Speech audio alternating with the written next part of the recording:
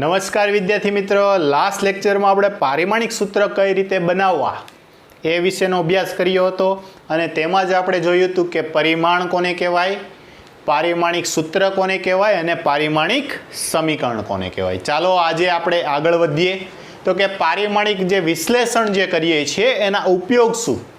તો કે સામાન્ય રીતે પારિમાણિક વિશ્લેષણનો ઉપયોગ છે આપણે ત્રણ રીતે કરી શકીએ છીએ। એમાંનું પહેલું છે તો કે સમીકરણોની પારિમાણિક સુસંગતતા ચકાસવા માટે, એટલે કે સમીકરણ છે એ પરિમાણની દ્રષ્ટિએ યથાર્થતા, સમીકરણની યથાર્થતા ચકાસવા માટે। હવે યથાર્થતા એટલે શું? તો કે ધારો કે આપણને કોઈ આવું એક સમીકરણ આપી દીધું P બરાબર H rho G, શું આપી દીધું? દબાણ P બરાબર H rho G। હવે આપણને ખ્યાલ જ નથી કે આ દબાણનું સમીકરણ છે હકીકતમાં આવું આવે કે નહીં, તો છે કે નથી એની સત્યાર્થતા ચકાસવા માટે આ સમીકરણ છે પારિમાણિક વિશ્લેષણ છે ઉપયોગી છે। કઈ રીતે? તો કે આપણને ડેટા આપી દે કે જ્યાં P છે દબાણ છે, H છે ઊંચાઈ છે, ρ છે એ ઘનતા છે અને G છે ગુરુત્વ પ્રવેગ છે।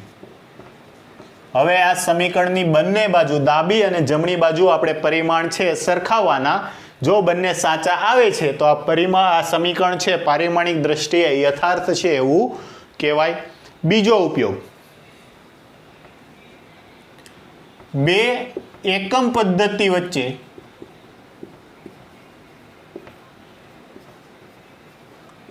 સંબંધ મેળવવો।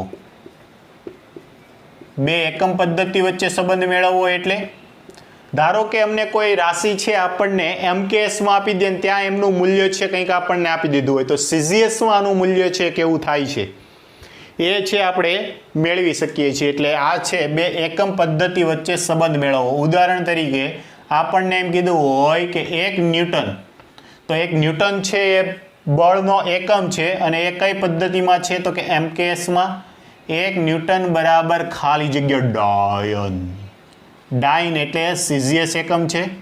તો આ બે વચ્ચેનો સંબંધ શું? તો આ રીતે આપણે પારિમાણિક વિશ્લેષણનો ઉપયોગ કરીને બે ભૌતિક રાશિઓ વચ્ચેના છે એકમો વચ્ચેનો સંબંધ છે મેળવી શકીએ છીએ। અને ત્રીજું તો કે ભૌતિક રાશિનો અન્ય ભૌતિક રાશિ સાથે સંબંધ, અન્ય ભૌતિક રાશિ સાથેનો સંબંધ મેળવવા માટે। હવે આ શું છે? ભૌતિક રાશિનો અન્ય ભૌતિક રાશિ સાથેનો સંબંધ એટલે ધારો કે આપણે એક ન્યૂટનનું સર્વ સ્વીકૃત અને બધા જ જાણીતા એવું સમીકરણ છે, કયું છે? તો કે બળ F બરાબર ma। તો આપણને એમ કીધું હોય કે બળ છે એ દળ અને પ્રવેગ પર આધાર રાખે છે। દળ કોના પર આધાર રાખે છે? તો બળ કોના પર આધાર રાખે છે? તો કે દળ અને પ્રવેગ। પણ આ વચ્ચેનો સંબંધ શું આપણે નથી જાણતા। તો આ સંબંધ કંઈક આવો પણ હોઈ શકે કે બળ F બરાબર m ના છેદમાં a, અથવા આ સંબંધ છે કંઈક આવો પણ હોઈ શકે બળ F બરાબર m² into a, અથવા આ સંબંધ છે આવો પણ હોઈ શકે બળ F બરાબર ma। તો આવા અલગ અલગ સમીકરણો બને છે, એમાંથી કયું સમીકરણ એ પારિમાણિક દ્રષ્ટિએ યથાર્થ છે એ ચકાસવા માટે પારિમાણિક વિશ્લેષણ છે ઉપયોગી છે। તો આ રીતે આપણે અલગ અલગ ત્રણ રીત છે જેના દ્વારા પરિમાણ છે પારિમાણિક વિશ્લેષણનો ઉપયોગ કરી અને આપેલું સમીકરણ છે યથાર્થ છે કે નહીં, અને જો યથાર્થ છે તો એ ભૌતિક રાશિનો અન્ય ભૌતિક રાશિ સાથે સંબંધ શું છે એ આપણે મેળવી શકીએ છીએ। ઓકે, પહેલું કયું છે તો કે સમીકરણોની પારિમાણિક સુસંગતતા, એટલે કે પારિમાણિક જે સમીકરણ આપેલું છે પરિમાણની દ્રષ્ટિએ યથાર્થ છે કે નહીં એ ચકાસવા માટે। બીજો ઉપયોગ છે બે એકમ પદ્ધતિઓ વચ્ચેનો સંબંધ મેળવવા માટે। મિત્રો આ સંબંધ છે એ ટેક્સ્ટ બુકમાં ઉલ્લેખ નથી કર્યો, પરંતુ આપણે ભણવામાં આવે છે એટલે મેં સાથે આમાં સાંકળી દીધો છે। અને ત્રીજું છે ભૌતિક રાશિનો અન્ય ભૌતિક રાશિ સાથેનો સંબંધ। આવા બીજા પણ કોઈ ઉદાહરણ છે તમે લઈ શકો છો। તો ચાલો ક્રમશઃ છે બધાને જોવાના છે 1 by 1 લેક્ચરમાં। તો આજે શરૂ કરીએ આપણે સમીકરણોની પારિમાણિક સુસંગતતાની ચકાસણી કરવાની છે। એના જોતા પહેલા આપણે એક નિયમ જોવાનો છે, તો કે પરિમાણનો સુસંગતતાનો નિયમ એટલે કે પ્રિન્સિપલ ઓફ હોમોજેનિટી શું છે? તો કે આપણે એવી જ બે ભૌતિક રાશિઓના સરવાળા કે બાદબાકી કરી શકીએ છીએ કે જેના પરિણામ છે એક સરખા હોય। પરિમાણ કેવા હોય? એક સરખા। જો નથી તો શું કરી શકીએ? તો કે આવી ભૌતિક રાશિનો આપણે કાં તો ગુણાકાર કરી શકીએ છીએ અને ભાગાકાર કરી શકીએ છીએ, અને એના જે નિયમો જે છે ગુણાકાર ભાગાકાર માટેના એ નિયમો છે આપણે લાગુ પાડી શકીએ છીએ। જો તો આ નિયમ છે હું લખું છું, તો કે એવી જ ભૌતિક રાશિનો સરવાળો કે બાદબાકી કરી શકાય કે જેમના પરિમાણ સમાન હોય। કેવા હોય? સમાન। એટલે કે એવી જ બે ભૌતિક રાશિઓના સરવાળા કે બાદબાકી કરી શકીએ છીએ કે જેના પરિમાણ એક સમાન હોય। ઉદાહરણ તરીકે ધારો કે હું સમય ટીની અંદર, સમય ટી છે, આ સમય ટીની અંદર હું પ્રવાહ ઉમેરું તો આ ટી છે એટલે સમય દર્શાવે છે, એનું પરિમાણ શું? તો કે સામાન્ય રીતે એને એકમ ટી વડે દર્શાવીએ છીએ। તો આ કયા કયા એકમમાં હોઈ શકે? તો કે સેકન્ડ, મિનિટ, કલાક આવા એકમોમાં હોઈ શકે। જ્યારે એ છે વિદ્યુત પ્રવાહ, અને વિદ્યુત પ્રવાહને દર્શાવતો એકમ છે એમ્પિયર। તો આનો એકમ શું હોઈ શકે? તો કે આનો એકમ હોય એમ્પિયર અથવા તો મિલી એમ્પિયર। તો જો તમે 1 મિનિટની અંદર 1 એમ્પિયર છે ઉમેરી ના શકો, તો કેવી ભૌતિક રાશિઓ ઉમેરી શકીએ કે જેના પરિમાણ છે એક સરખા હોય? ઉદાહરણ તરીકે હું 1 મીટરની અંદર, તો આ મીટર છે લંબાઈનું પરિમાણ થઈ ગયું, એની અંદર હું 0.1 સેન્ટીમીટર કે ઉમેરી શકું છું। કેમ? તો કે બંનેના પરિમાણ છે લંબાઈના પરિમાણ આવે છે, પણ જો પરિમાણ અલગ અલગ હશે તો આપણે ઉમેરી શકતા નથી। ઓકે, એટલે આપણે એવું લખ્યું કે એવી જ ભૌતિક રાશિઓના સરવાળા કે બાદબાકી કરી શકાય કે જેના પરિમાણ કેવા હોય? એક સમાન હોય। જો નથી તો, જો ભૌતિક રાશિના પરિમાણ એક સમાન આવતા નથી, તો જે ભૌતિક રાશિના પરિમાણ સમાન નથી તેવી ભૌતિક રાશિના ગુણાકાર કે ભાગાકાર કરી શકાય। શું કરી શકાશે? ગુણાકાર કે ભાગાકાર કરી શકાય છે। જેના પરિમાણ એક સરખા નથી એના આપણે શું કરી શકશું? ગુણાકાર કે ભાગાકાર। અને આવી ભૌતિક રાશિઓને સામાન્ય જે બીજગણિતના નિયમો છે, એટલે કે જે રીતે ગણિતમાં આપણે સમાન છેદ આવતા હોય તો એવી ભૌતિક રાશિઓને આપણે ઉડાડી શકીએ, એટલે કે એના છેદ કેન્સલ આઉટ કરી શકીએ, એવા નિયમો છે આપણે લાગુ પાડી શકીએ। તો કે સામાન્ય ગણિતના નિયમો છે લાગુ પાડી શકાય છે। કોના માટે ગણિતના નિયમો લાગુ પાડી શકાય છે? તો કે બંને માટે। તમે ગુણાકાર કરો છો કે ભાગાકાર કરો છો તો સામાન્ય રીતે ગણિતના જે નિયમો લાગુ પાડીએ છીએ લાગુ પાડીએ। જો આને સમજીએ, તમને એમ કીધું હોય કે કોઈ ભૌતિક રાશિ છે એ અન્ય ભૌતિક રાશિ સાથે કેવો સંબંધ દર્શાવે છે એ આપણે જોવું છે। તો કે ધારો કે ઝડપ છે એમને લંબાઈ ઉપર અને સમય ઉપર છે આધાર રાખે છે। તો કે ઝડપનું સૂત્ર છે ઝડપ બરાબર અંતરના છેદમાં સમય, એટલે કે L ના છેદમાં T। તો L કોનું પરિમાણ છે? L, તો કે L છે લંબાઈનું, T કોનું પરિમાણ છે? તો કે સમયનું। તો જો આ બે ભૌતિક રાશિઓ એક સમાન કહેવાશે નહીં. તો આવી ભૌતિક રાશિના કદાપી સરવાળા કે બાદબાકી કરી શકાય નહીં. તો શું કરી શકાય એનું? તો કે આપણે એનો શું કરી નાખ્યો? ભાગાકાર. આ નિયમ છે આપણને લાગુ પડી ગયો. તો કે એવી ભૌતિક રાશિનો આપણે શું કરી નાખ્યો? ભાગાકાર. અને એને ભાગાકાર સ્વરૂપે આપણને રાશિ મળી. કઈ મળી? વેગ નામની રાશિ મળી. તેવી જ રીતે બીજું એક એક્ઝામ્પલ જે આપણે અહીંયા બળમાં જોયું હતું એ રીતે, તો કે બળ છે દળ અને પ્રવેગ ઉપર આધાર રાખે છે. તો જો દળનું પરિમાણ શું? તો કે દળનું પરિમાણ છે m, એટલે કે કિલોગ્રામ એકમ. ઓકે. અને બીજું છે પ્રવેગ. તો પ્રવેગનું પરિમાણ શું? પારિમાણિક સૂત્રની દ્રષ્ટિએ જોઈએ તો પ્રવેગ એટલે વેગમાં થતા ફેરફારનો દર. તો કે વેગને માટે આપણે લખીએ છીએ L/T અને ફરી પાછો એનો દર છે એટલે છેદમાં t. તો આવું થઈ જશે. શું થશે? L/T² એટલે L/T-2 આવી રીતે લખી શકીએ આનું પારિમાણિક સૂત્ર. તો જો આનું પરિમાણ છે m છે, એની 1 ઘાત છે, અને આનું પરિમાણ છે L/1 T⁻². તો આ બંને એક સરખા કહેવાય નહીં. તો આને આપણે શું કરી શકીએ? ગુણાકાર કરી શકીએ. અને આનો ગુણાકાર કરતા જે નવી ભૌતિક રાશિ આવે છે મને કોણ મળે છે? તો કે બળ F = ma. ઓકે. શું મળશે?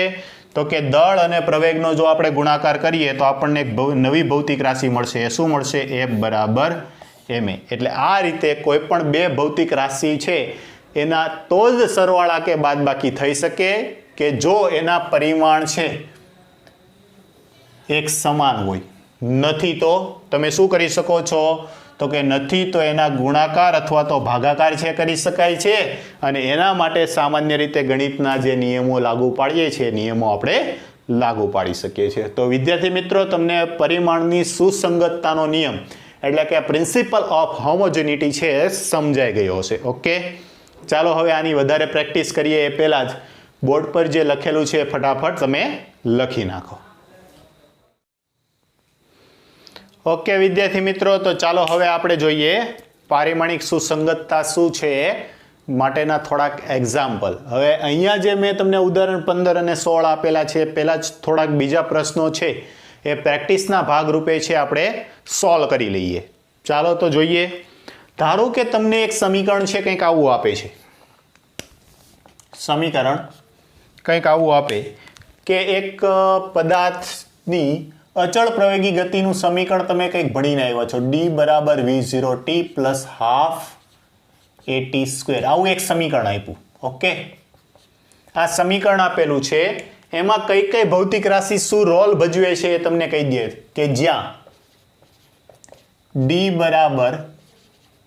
અંતર અથવા તો સ્થાનાંતર, V0 છે એ પ્રારંભિક વેગ છે, T છે એ સમય છે, A છે એ પ્રવેગ છે. આ દરેક માહિતી છે આપણને આપી દીધી છે. હવે આ સમીકરણ જે આપણને આપ્યું આપણે ખબર નથી કે સાચું છે કે ખોટું છે. તો સાચું છે કે ખોટું છે ચકાસવા માટે પારિમાણિક વિશ્લેષણનો ઉપયોગ કરીએ. એમાં જે પહેલો નિયમ આપણે ભણ્યા હતા કે એવી જ ભૌતિક રાશિઓના સરવાળા કે બાદબાકી થઈ શકે કે જેના પરિણામ કેવા હોય? એક સમાન હોય. તો આવા પરિમાણ એક સમાન હોય એટલે તો જો નિયમ પ્રમાણે એવું કહેવાય કે આ બાજુનો જે પણ ભાગ છે એને આ બાજુ લઈ જાવ તો શું થશે?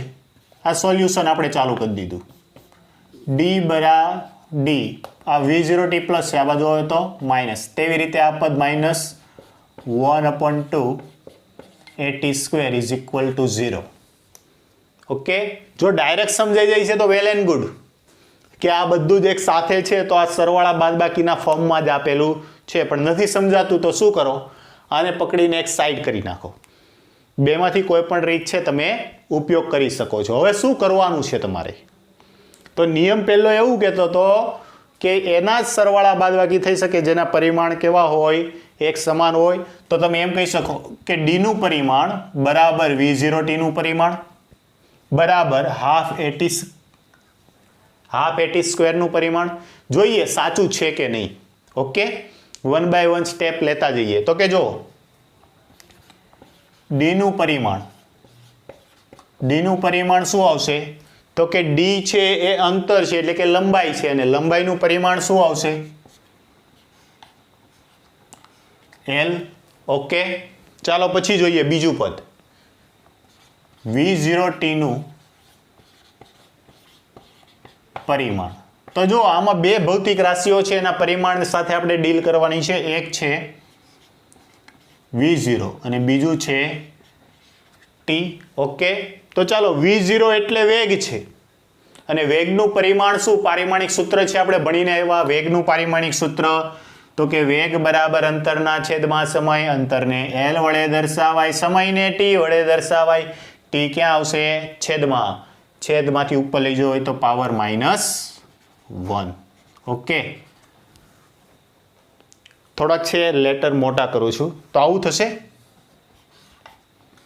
L1t -1. ચાલો નેક્સ્ટ, સમય છે અને સમયનું પારિમાણિક સૂત્ર શું? T1. હવે જો આ છે આધાર સરખા t-1 t+1, આધાર સરખા ઘાતનો સરવાળો, માઇનસ પ્લસ -1 + 1 એટલે t ની કેટલી ઘાત થઈ ગઈ? 0 ઘાત. તો શું બની જશે? L1 t ની 0 પાવર. કોઈની 0 ઘાત એટલે એની કિંમત કેટલી થઈ જાય? 1. લખો ના લખો કાંઈ ફરક પડે નહીં. તો આનું પણ પરિમાણ V0t નું પરિમાણ આપણને શું મળી ગયું? L1. અહીંયા પણ શું હતું? L1. ચાલો હાફ એટી સ્ક્વેરનું જોઈએ. તો કે હાફ એટી સ્ક્વેરનું પરિમાણ બરાબર, જો 1/2. 1/2 એટલે સંખ્યા થઈ ગઈ, અને સંખ્યાના પારિમાણિક સૂત્ર હોય નહીં. આપણે છેલ્લે નોંધ કરી હતી, તો આનું પારિમાણિક સૂત્ર મળશે નહીં. તો કોના કોના? તો કે એક છે આપણે એનું લેવાનું છે, અને બીજું લેવાનું છે t²નું. ઓકે, એ શું છે? પ્રવેગ છે, અને પ્રવેગનું પારિમાણિક સૂત્ર શું આવશે? તો કે L1t -2. ઓકે, t છે સમય છે, સમયનું પારિમાણિક સૂત્ર t, અને એની કેટલી પાવર? 2 ઘાત. ફરી પાછા આધાર સરખા ઘાતનો સરવાળો, t ની -2 + 2, t ની 0 ઘાત. તો કેટલી થઈ જશે? t ની 0 ઘાત એટલે 1. લખો કે ના લખો કાંઈ ફરક પડે નહીં. તો જુઓ અહીંયા d નું પરિમાણ બરાબર V0t નું પરિમાણ આવ્યું, ને બરાબર હાફ એટી સ્ક્વેરનું પરિમાણ આવ્યું. તો ત્રણેયના પરિમાણ કેવા આવ્યા?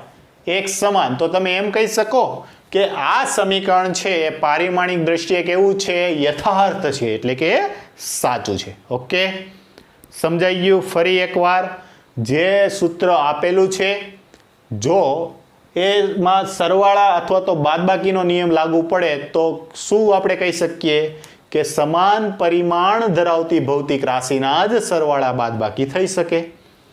સમાન છે. ઓકે, જો બધાના પરિમાણ કેવા એવા? એક સમાન. તો આના સરવાળા બાદબાકી થઈ શકે. તો કે આમ કહી શકીએ ડાબી બાજુ બરાબર જમણી બાજુ બધું હરખું થાય છે. તો આ પરિમાણ છે, આ સમીકરણ છે પારિમાણિક દ્રષ્ટિએ કેવું છે? યથાર્થ છે, એટલે કે સાચું છે. ચાલો હજુ એક એક્ઝામ્પલ જોઈ લઈએ. ધારો કે આપણને સૂત્ર આપેલું છે P = h ρg. ઓકે, આ સમીકરણ સાચું છે કે ખોટું એ આપણે ચેક કરવાનું છે. તો જ્યાં P બરાબર દબાણ, h બરાબર ઊંચાઈ, ρ બરાબર ઘનતા, g બરાબર ગુરુત્વ પ્રવેગ, આ માહિતી છે આપણને આપી દીધી છે. ફરી પાછું નથી સમજ પડતી શું કરો? આ ભાગનું જે ρgh વાળું પદ છે એને આ બાજુ લઈ જાઓ તો માઇનસ થઈ ગયા, અને હવે ખબર પડશે કે બંનેના પરિમાણ છે એક સરખા થશે. અથવા શું કરો? ડાબી બાજુનું પરિમાણ બરાબર જમણી બાજુનું પરિમાણ, એ રીતે પણ તમે લઈ શકો છો. બેમાંથી જે પણ રીત તમને સુટેબલ થાય એ તમે કરી શકો છો. તો જો અહીંયા એમ કરી શકું, બીજી રીત વાપરું છું. આ ડાબી બાજુ વાળી તો કરી જ નાખી બધાને ભેગા કરીને. હવે એમ લઈ શકીએ તો કે P નું પરિમાણ બરાબર h ρg નું પરિમાણ થાય તો આ સમીકરણ છે સાચું કહેવાય, બાકી કહેવાય નહીં. ચાલો તો પહેલાં પીનું પરિમાણ છે ચેક કરીએ. તો કે પીનું પરિમાણ બરાબર આ રીતે લખી શકીએ. પી એટલે દબાણ છે અને દબાણની વ્યાખ્યા આપણે શું કીધી હતી? તો કે એકમ ક્ષેત્રફળવાળી સપાટીને લંબ રૂપે લાગતું બળ છે એને શું કહેવાય છે? દબાણ કહેવાય. તો કે બળ ભાગ્યા ક્ષેત્રફળ. ઓકે, જો સીધું જ નથી આવડતું તમે શું કરો? તો કે દબાણની વ્યાખ્યા અનુસાર શું કહેવાય? દબાણ બરાબર બળ ભાગ્યા ક્ષેત્રફળ. હવે બળનું પારિમાણિક સૂત્ર છે આપણને યાદ છે, અથવા નથી તો વળી પાછું બળ બરાબર દળ ગુણ્યા પ્રવેગ કરીને તમે મેળવી શકો છો. જે રીતે તમારી પ્રેક્ટિસના ભાગરૂપે આ બધી વસ્તુ કેવી છે, વધુમાં વધુ તમારે પ્રેક્ટિસ કરવી પડશે તો જ આમાં નિપુણતા આવશે. બાકી તો અત્યારે આવડી ગયું, થોડા સમય પછી આ શું થઈ જવાનું છે? ભૂલાઈ જવાનું છે. એવું ન થાય એના ભાગરૂપે યાદ રાખજો. ઓકે, તો કે બળ બરાબર શું થશે? તો કે દળ ગુણ્યા પ્રવેગ. તો જો દળનું પારિમાણિક સૂત્ર m1 અને પ્રવેગનું શું થશે? તો કે L1t-2. આ કોનું મળ્યું? બળનું મળ્યું. બળ ભાગ્યા શું આવશે? ક્ષેત્રફળ. તો છેદમાં L2. ઓકે, ચાલો L ની +2 ઘાત છે, ઉપર જાય તો માઇનસ, તો -2 + 1 એટલે -1 થઈ જશે. તો આનું પરિમાણ શું આવશે? m1 L-1t-2. કોનું મળ્યું? દબાણ એટલે કે P નું પરિમાણ. એક છે મને મળી ગયું છે. ચાલો બીજુંનું મળીએ. તો કે h ρg નું પરિમાણ. ઓકે, તો શું થશે? h ρg નું પરિમાણ બરાબર h નું પરિમાણ ρનું પરિમાણ ઇન્ટુ g નું પરિમાણ. ચાલો h એટલે શું આપેલું છે? ઊંચાઈ. અને ઊંચાઈ કયો કે લંબાઈ કયો, બધું મીટરમાં મપાય. અને લંબાઈ માટે આપણે પરિમાણિક શું લીધું છે? L1. ઓકે, પછી ρ છે ઘનતા છે. જો ρ એટલે ઘનતા, અને ઘનતાનું સૂત્ર આપણે જાણીએ. ઘનતા ρ બરાબર શું થશે? તો કે ρ બરાબર દળ ભાગ્યા કદ. દળનું પારિમાણિક સૂત્ર શું આવશે? તો કે દળનું m1 અને કદનું L3, લંબાઈનો ઘન L3. તો આને શું લખી શકાય? m1 L-3. ઓકે, શું આવી ગયું? કદનું પારિમાણિક સૂત્ર m1 L-3. સોરી, ઘનતાનું. તો શું થઈ જશે? m1 L-3. આ મળી ગયું ઘનતાનું પારિમાણિક સૂત્ર. g એટલે ગુરુત્વ પ્રવેગ. ગુરુત્વ પ્રવેગ એટલે પ્રવેગનું પારિમાણિક સૂત્ર. તો પ્રવેગનું પારિમાણિક સૂત્ર શું આવશે? L1t-2. કે ચાલો હવે બધા જ ગુણાકારમાં છે એટલે સામાન્ય જે ગણિતના નિયમો છે લાગુ પડતા હતા એ પાડી અને આને સોલ્વ કરીએ. તો જો MLTના ફોર્મમાં તો m માત્ર એક જ છે એટલે શું થઈ જશે? m1.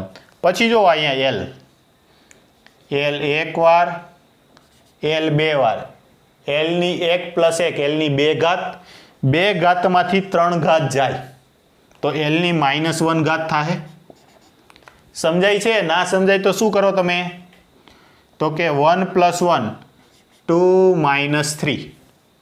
કે ચાલો પછી લઈએ t.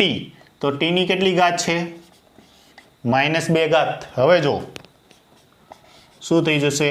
m1 2 માંથી 3 જાય તો L ની -1 t ની -2. આ કોનું મળ્યું? તો કે h ρg નું પરિમાણ. તો જો આ બંનેના પરિમાણ કેવા મળ્યા? m1 L-1 t-2, m1 L-1 t-2 બંને કેવા મળ્યા? એક સમાન. તો આ સૂત્ર છે કેવું કહેવાય? પારિમાણિક દ્રષ્ટિએ યથાર્થ છે એવું કહેવાય. કેમ કે આપણે શું કીધું હતું? p નું પરિમાણ બરાબર h ρg નું પરિમાણ. ઓકે, તો આ રીતે તમે છે કોઈ પણ સૂત્ર છે પારિમાણિક દ્રષ્ટિએ યથાર્થ છે કે નહીં એ આપણે ચેક કરી શકીએ છીએ. ફટાફટ છે આ બોર્ડ પર લખેલું છે લખી નાખો, પછી આગળ છે આ ઉદાહરણના દાખલાઓ છે એને વધુ પ્રેક્ટિસના ભાગરૂપે આપણે જોઈએ. ઓકે ચાલો મિત્રો, તો હવે જ આપણે જોવાનું છે ઉદાહરણ 2.15. હવે જો એમની રકમ છે હું રીડ કરું છું, જે ટેક્સ્ટ બુકમાં આપેલી છે એ પ્રમાણે મેં અહીંયા ટૂંકમાં લખેલી છે. તો આપેલા સમીકરણ પારિમાણિક દ્રષ્ટિએ સાચું છે કે નહીં તે ચકાસો. અને સમીકરણ આપેલું છે હાફ mv² બરાબર mgh, જ્યાં m પદાર્થનું દળ છે, v તેનો વેગ છે અને g છે ગુરુત્વ પ્રવેગ છે. ઓકે, એટલી વસ્તુ આપેલી છે. હવે આ સમીકરણ છે એ પારિમાણિક દ્રષ્ટિએ યથાર્થ છે કે નહીં એ આપણે ચેક કરવાનું છે. ચાલો, તમને તો આવડી જ ગયું હશે. આવડી ગયું ને? હમણાં દબાણ P બરાબર H rho G નું સમીકરણ આપણે કઈ રીતે મેળવ્યું? સેમ મેથડથી આને સોલ્વ કરી નાખો. તો ફટાફટ છે તમે આ વિડીયો છે પોઝ કરો, જાતે પ્રેક્ટિસ કરો, અને પછી આપણે જોઈએ કે તમારો જે જવાબ આવ્યો છે મારી સાથે બંધ બેસતો આવે છે કે નહીં. ઓકે વિદ્યાર્થી મિત્રો, તો જો તમે ટ્રાય કરી છે, તમારો જવાબ છે સરખાવો. હું છે સોલ્વ કરું છું. તો કે આન્સર 2.15. ઓકે, તો આપણે શું કીધું હતું? આવી બે રાશિઓ આપેલી છે, તો ડાબી બાજુનું પરિમાણ બરાબર જમણી બાજુનું પરિમાણ. તો ડાબી બાજુનું પરિમાણ એટલે હાફ mv² નું પરિમાણ. કઈ રીતે મેળવશું હાફ mv² નું પરિમાણ? તો કે હાફ એટલે અંક છે, અંકનું કોઈ દી પારિમાણિક સૂત્ર હોય નહીં. પછી m છે, m દળ આપેલું છે, દળનું શું આવશે? તો અહીંયા લખું m નું પરિમાણ ઇન્ટુ v² નું પરિમાણ. m નું પરિમાણ શું આવશે? તો કે m1 v એટલે વેગ, અને વેગનું પારિમાણિક સૂત્ર શું? L1t-1. પરંતુ એની કેટલી ઘાત છે? આ ઘાતને હું અહીંયા દર્શાવું, 2 ઘાત. તો આની પણ 2 ઘાત થઈ ગઈ. ચાલો, L ની 2 ઘાત એટલે L1 નો વર્ગ. હવે જ્યારે ઘાતાંકનો વર્ગ કરીએ ત્યારે એનો ગુણાકાર થાય, સામાન્ય ગણિતનો નિયમ છે. તો આ શું બની જશે? m1 L ની 2 ઘાત એટલે L2t-2. આ મને ડાબી બાજુનું પરિમાણ છે મળી ગયું, હાફ mv² નું પરિમાણ છે મળી ગયું છે. ઓકે, એને હાફ mv² નું પરિમાણ કયો, અથવા તમે એમ કહી શકો ડાબી બાજુનું પરિમાણ. ઓકે, જો વિદ્યાર્થી મિત્રો ખાસ અહીંયા પરિમાણ બોલીએ છે, નહીં કે પરિણામ. બે વસ્તુ અલગ છે, ધ્યાન રાખજો. પછી જમણી બાજુનું પરિમાણ, તો કે mgh નું પરિમાણ. mgh નું પરિમાણ એટલે આમ કહી શકીએ m નું પરિમાણ ઇન્ટુ g નું પરિમાણ ઇન્ટુ h નું પરિમાણ. ચાલો, m એટલે દળ, ફરી પાછું શું થઈ જશે? m1. g એટલે ગુરુત્વ પ્રવેગ, હમણાં જ આપણે જોયું હતું, શું આવશે? L1t-2. અને h છે એટલે ઊંચાઈનું પરિમાણ શું આવશે? L1.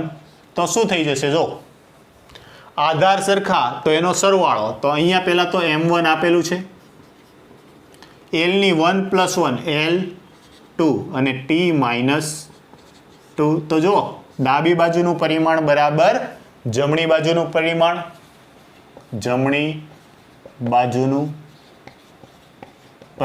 તેથી આપણે એમ કહી શકીએ કે ડાબી બાજુનું પરિમાણ બરાબર જમણી બાજુનું પરિમાણ. તેથી આપેલ સમીકરણ યથાર્થ છે. કેવું છે? સાચું છે. ઓકે, બસ એટલું સિમ્પલ વેથી આપણે સોલ્વ કરવાનું છે. વિદ્યાર્થીમાં અહીંયા એક ધબ્બો આવે છે, દળનું જ પરિમાણ છે, તમે જાણો છો ખૂબ સારી રીતે, એ જ છે આપણે યુઝ કરવાનું છે. ઓકે, ચાલો નેક્સ્ટ દાખલો છે સોલ્વ કરીએ. ઉદાહરણ 2.16. આન્સર 2.16. ચાલો છે આને સોલ્વ કરતા પહેલા શું કરીએ? રકમ છે ટેક્સ્ટબુકને આધારે હું એકવાર રીડ કરું છું અને પછી ટૂંકમાં અહીંયા દર્શાવેલી છે જોઈએ. તો કે ઉર્જાનો SI એકમ જૂલ બરાબર કિલોગ્રામ મીટર²/સેકન્ડ² છે. આ જે ઉર્જાનો એકમ જૂલ બરાબર કિલોગ્રામ મીટર સ્ક્વેર પર સેકન્ડ સ્ક્વેર છે. અને તે જ રીતે જ્યાં વી વેગ છે જે મીટર પર સેકન્ડમાં છે, એ પ્રવેગ છે જે મીટર પર સેકન્ડ સ્ક્વેરમાં આપેલો છે, એમ છે દળ છે એ કિલોગ્રામમાં આપેલું છે. ઓકે, તો નીચે આપેલા સૂત્રો પૈકી, નીચે આપેલા સૂત્રો એટલે આ 5 સૂત્રો, નીચે આપેલા સૂત્રો પૈકી કયા સૂત્રો પારિમાણિક દ્રષ્ટિએ ગતિ ઉર્જા કે માટે તમે ખોટા ઠેરવશો? એમ છે પદાર્થનું દળ છે આપેલું છે. શું કીધું? તો કે નીચે આપેલા સૂત્રો પૈકી કયા સૂત્રો છે આપણે પારિમાણિક દ્રષ્ટિએ છે એને ખોટા ઠેરવશું? તો જો આ સૂત્રો આપેલા છે. હવે હકીકતમાં ગતિ ઉર્જાનું સૂત્ર શું એ આપણને ખ્યાલ નથી. તો શું કરવું પડે? પારિમાણિક વિશ્લેષણની રીતનો ઉપયોગ કરવો પડે. ચાલો 1 by 1 છે કરતા જઈએ અને આને સોલ્વ કરતા જઈએ. હવે આપણને સૂત્ર આપેલું છે ઉર્જાનું અને પૂછેલું છે કે ગતિ ઉર્જાને કોને સમતુલ્ય છે? તો ગતિ ઉર્જા પણ એક પ્રકારની ઉર્જા જ થઈ અને ઉર્જાનું પારિમાણિક સૂત્ર છે એ કયું આવે છે લઈ લઈએ. તો આ આપણે દરેક વખતે ડાબી બાજુનું પારિમાણિક સૂત્ર છે મળી જશે. જમણી બાજુનું સેમ આવે છે કે નહીં જોઈ લેવાનું. જો સેમ આવે છે તો સાચું છે, નથી આવતું તો ખોટું છે. હવે સાચું છે એમાં બીજી 2 રીત છે, પણ જેમ જેમ સોલ્વ કરીએ એમ આપણને ખ્યાલ આવશે. ચાલો એમાં એ જોઈએ. પહેલા તો ગતિ ઉર્જાનું પારિમાણિક સૂત્ર. ગતિ ઉર્જાનું પાસું એટલે પારિમાણિક સૂત્ર બરાબર. એકમ કયો આપ્યો છે? કિલોગ્રામ મીટર સ્ક્વેર પર સેકન્ડ સ્ક્વેર. તો કિલોગ્રામનું શું થશે? કિલોગ્રામનું m1. મીટર સ્ક્વેરનું શું થશે? L2. અને સમયનું છેદમાં છે એટલે t² પણ ઉપર આવે તો -2, તો t-2.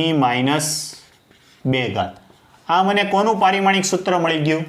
ગતિ ઉર્જાનું પારિમાણિક સૂત્ર છે મળી ગયું. હવે એ માટે જોઈએ ડાબી બાજુના પારિમાણિક સૂત્ર એટલે કે ગતિ ઉર્જાનું પારિમાણિક સૂત્ર હવે આપણી પાસે છે. જમણી બાજુ મળે છે કે નહીં એ ચેક કરી લઈએ. ચાલો ઓકે, તો એ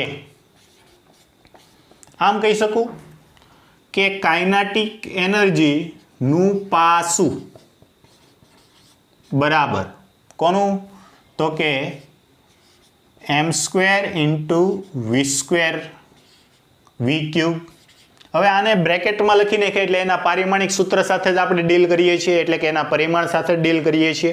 ઓકે, m છે પદાર્થનું દળ છે, v છે વેગ છે, બેવના પારિમાણિક સૂત્ર છે મૂકી અને સોલ્વ કરીએ. તો આનું પારિમાણિક સૂત્ર શું? m1 એની કેટલી પાવર? તો કે 2. વેગનું થશે L1t-1 અને એની કેટલી ઘાત? 3 ઘાત. ચાલો આને સોલ્વ કરો તો શું થશે? m2 L3t-3. તો જો આ ગતિ ઉર્જાના પારિમાણિક સૂત્ર એટલે કે m1 L2t-2 ને સમતુલ્ય છે કે નહીં? બોલો, આ બેવને એક સરખા કહેવાય કે ન કહેવાય? શું કહેશો? તમારું શું કહેવું છે? ચાલો. નહીં કહેવાશે નહીં. તો જે આ સમીકરણ 1 આપેલું છે એ કેવું છે? ખોટું છે. ઓકે, હું ત્યાં જ દર્શાવી દઉં છું. ચાલો બી ને જ નક્કી કરીએ. બી. ઓકે, તો ફરી પાછું કાઇનેટિક એનર્જીનું પાસું એટલે કે પારિમાણિક સૂત્ર બરાબર હાફ mv² નું પારિમાણિક સૂત્ર. હાફ એટલે અંક છે એનું ના આવે. એમનું પારિમાણિક સૂત્ર ઇન્ટુ વીના વર્ગનું પારિમાણિક સૂત્ર. સોલ્વ કરીએ. એમનું પારિમાણિક સૂત્ર શું આવશે? m1 વીનું તો કે L1t-1 ની કેટલી ઘાત? 2 ઘાત. ચાલો સોલ્વ કરો. શું થશે? m1 L2t-2. આવું મળ્યું. જ્યારે આ પણ કેવું છે? m1 L2t-2. તો બંને કેવા આવ્યા?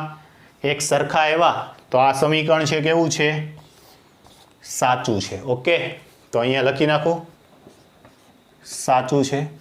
કેમ કે આપણે જાણીએ છીએ કે હાફ mv² આવે, એના સિવાય બીજું કંઈ આવે છે તો એ જોઈશું હમણાં આગળ આવે છે. ઓકે, ચાલો સી જોઈએ. સી શું આપેલું છે કે બરાબર ma. તો જો દેખીતી રીતે જ છે ma એટલે બળ, બળનું પારિમાણિક સૂત્ર થઈ ગયું. બંને સાચા છે કે નહીં ચાલો ચેક કરી લઈએ. તો શું આપેલું છે કાઇનેટિક એનર્જીનું પાસું બરાબર m ઇન્ટુ એનું પાસું. ઓકે, કાઇનેટિક એનર્જીનું પારિમાણિક સૂત્ર શું m1l2 t-2. ચાલો આ બાજુ જોઈએ. m નું m1 અને પ્રવેગનું છે હું હવે સીધું જ લખું છું. હવે પ્રેક્ટિસ આપણે બહુ સરસ થઈ ગઈ છે. તો શું થશે l1 t-2. તો જો આ બે સરખા કહેવાય. m નું પરિમાણ 1 સાચું, l નું પરિમાણ અહીંયા 2 અહીંયા 1, તો કે આ જ કેવું પડી ગયું અહીંયા ખોટું. તો આ કેવું થશે સમીકરણ ખોટું. ઓકે, હું અહીંયા પણ સાથે દર્શાવી દઉં છું. આ સમીકરણ છે ખોટું છે, આ સાચું છે, આ ખોટું છે. ચાલો જોઈએ ડી. શું આપેલું છે ડી? તો કે ડી બરાબર ગતિ ઉર્જાનું પાસું બરાબર કોનું છે? તો કે 3/16 mv². ચાલો ફરી પાછું આ રીતનું આપેલું છે. તો આના પરિમાણ છે ગતિ ઉર્જાનું પારિમાણિક સૂત્ર શું m1l1 m1l2 t-2. ઓકે, આવું છે. અહીંયા થઈ ગયો અંક, અંકનું પાસું હોય નહીં.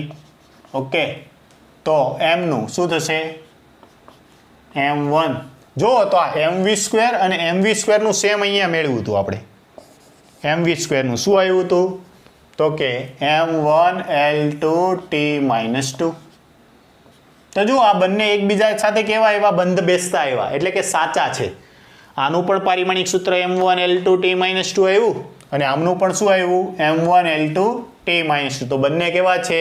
સાચા. પણ જો વિદ્યાર્થી મિત્રો, જેમ જેમ આપણે આગળ જોઈશું, કાર્ય ઉર્જા પાવર નામનું આપણું ચેપ્ટર છે, ત્યાં આપણને ખ્યાલ આવશે કે ગતિ ઉર્જાનું સાચું પારિમાણિક સૂત્ર હાફ mv² છે, નહીં કે 3/16 mv². તો ભલે અત્યારે બેવના પારિમાણિક સૂત્રો છે સરખા આવ્યા તો આપણે કહી શકીએ સાચું, પણ હકીકતમાં એ યથાર્થ છે કે નહીં એનો ખ્યાલ આપણે મેળવી શકતા નથી. આ તો આપણે ભણી ગયા એટલે આપણને ખ્યાલ છે કે આ કેવું આવશે ખોટું. ભલે બેવ સાચા છે પણ જે હકીકતમાં આનું સંબંધ હોવો જોઈએ નથી, એટલે હું કહી શકીશ આ કેવું છે ખોટું. તો આના ઉપરથી તમને શું સમજવા મળ્યું? તો આના ઉપરથી એવું જાણવા મળ્યું કે પારિમાણિક દ્રષ્ટિએ યથાર્થ સમીકરણ, જો આ પારિમાણિક દ્રષ્ટિએ સાચું છે તો પારિમાણિક દ્રષ્ટિએ યથાર્થ સમીકરણ ભૌતિક વિજ્ઞાનમાં સાચું હોય એવું જરૂરી નથી. ફરીવાર, પારિમાણિક દ્રષ્ટિએ યથાર્થ સમીકરણ ભૌતિક વિજ્ઞાનમાં સાચું હોય એવું જરૂરી નથી. એ ખોટું પણ હોઈ શકે. જો અહીંયા સાચું હતું, અહીંયા સાચું છે, પણ ભૌતિક વિજ્ઞાનમાં એ ખોટું છે. તો સાચો સંબંધ શું? તો કે અહીંયા સાચું છે. હાફ mv² વાળો સંબંધ જે છે, હાફ mv² વાળો સંબંધ કેવો છે? સાચો છે. તો આના માટે આપણે શું કહી શકીએ? તો એવું કહી શકીએ કે પારિમાણિક દ્રષ્ટિએ સાચું સમીકરણ એ હકીકતમાં એટલે કે ભૌતિક વિજ્ઞાનમાં સાચું હોય એવું જરૂરી નથી. પણ જો કોઈ સમીકરણ પારિમાણિક દ્રષ્ટિએ ખોટું છે, જો આ સમીકરણ પારિમાણિક દ્રષ્ટિએ ખોટું છે, તો એ ભૌતિક વિજ્ઞાનમાં ખોટું જ હોય. યાદ રાખજો. હમણાં છે નોટ કરાવી દઉં તમને. પેલા ડી છે એ સોલ્વ કરીએ, સોરી ઈ છે એ સોલ્વ કરી લઈએ. ચાલો, ઈ શું આપેલું છે? તો કે ગતિ ઉર્જા k બરાબર હાફ mv² પ્લસ ma. જો આ કોનું પારિમાણિક સૂત્ર છે? તો કે કાઇનેટિક એનર્જીનું. જો અહીંયા લખું છું, આ છે ગતિ ઉર્જા દર્શાવે. આ શું દર્શાવે છે? તો કે આ પણ ગતિ ઉર્જા દર્શાવે છે. અને આ શું બતાવે? F બરાબર ma. તો આ શું બતાવે છે? બળ. તો તમે શું ઉમેરો છો? તો કે ગતિ ઉર્જામાં બળ ઉમેરો છો. તો પહેલું જ આ દેખીતી રીતે જ આ કેવું બની ગયું છે? ખોટું સાબિત થઈ ગયું છે. ફરી પાછું છે એને ચેક કરી લઈએ. તો કે આપણો નિયમ જ એવો હતો કે એવી જ ભૌતિક રાશિઓના સરવાળા કે બાદબાકી થઈ શકે કે જેના પરિમાણ એક સમાન હોય. જુઓ અહીંયા તો માત્ર આ બેયનું ચેક કરીએ. તો કે હાફ mv સ્ક્વેરનું પારિમાણિક સૂત્ર શું આવશે? m1l2t-2. તેવી જ રીતે ma નું પારિમાણિક સૂત્ર શું આવશે? m1l1t-2. કેમ કે હજુ હમણાં અહીંયા જ મેળવું. જો તો આ બંને જ કેવા છે? એક સરખા કહેવાય નહીં. આ બંને એક સરખા કહેવાય નહીં. તો આ સમીકરણ કેવું બની ગયું છે? ખોટું. તો તેથી આપણે એમ કહી શકીએ કે હાફ mv સ્ક્વેરનું પાસું is not equal to ma નું પાસું. તેથી આપેલ સમીકરણ પારિમાણિક દ્રષ્ટિએ ખોટું છે. તો અહીંયા શું આવી જશે? ખોટું. ઓકે, આ રીતે જે તમે સોલ્વ કરી શકો છો. ચાલો એક નોટ કરો. નોટ મેં જે તમને કરવાની કીધી આના આધારે શું કરશો? લખો પારિમાણિક દ્રષ્ટિએ સાચા સમીકરણ એ ભૌતિક વિજ્ઞાનમાં સાચું જ હોય એવું જરૂરી નથી. ફરીવાર, પારિમાણિક દ્રષ્ટિએ સાચું સમીકરણ એ ભૌતિક વિજ્ઞાનમાં સત્ય હોય એવું જરૂરી નથી. પરંતુ પારિમાણિક દ્રષ્ટિએ ખોટું સમીકરણ, ફરીવાર પારિમાણિક દ્રષ્ટિએ ખોટું સમીકરણ ભૌતિક વિજ્ઞાનમાં ખોટું જ હોય. ભૌતિક વિજ્ઞાનમાં ખોટું જ હોય. ઓકે, ચાલો વિદ્યાર્થી મિત્રો, તો આ હતું પારિમાણિક વિશ્લેષણનું યથાર્થતા ચકાસવા માટેનો ઉપયોગ. તો બોર્ડ પરનું જે લખાણ છે એ લખી લો. નેક્સ્ટ લેક્ચરમાં હજુ પણ વધુ પ્રેક્ટિસ છે આની કરીશું. ઓકે, ચાલો લઈ લો, ફટાફટ લખી નાખો.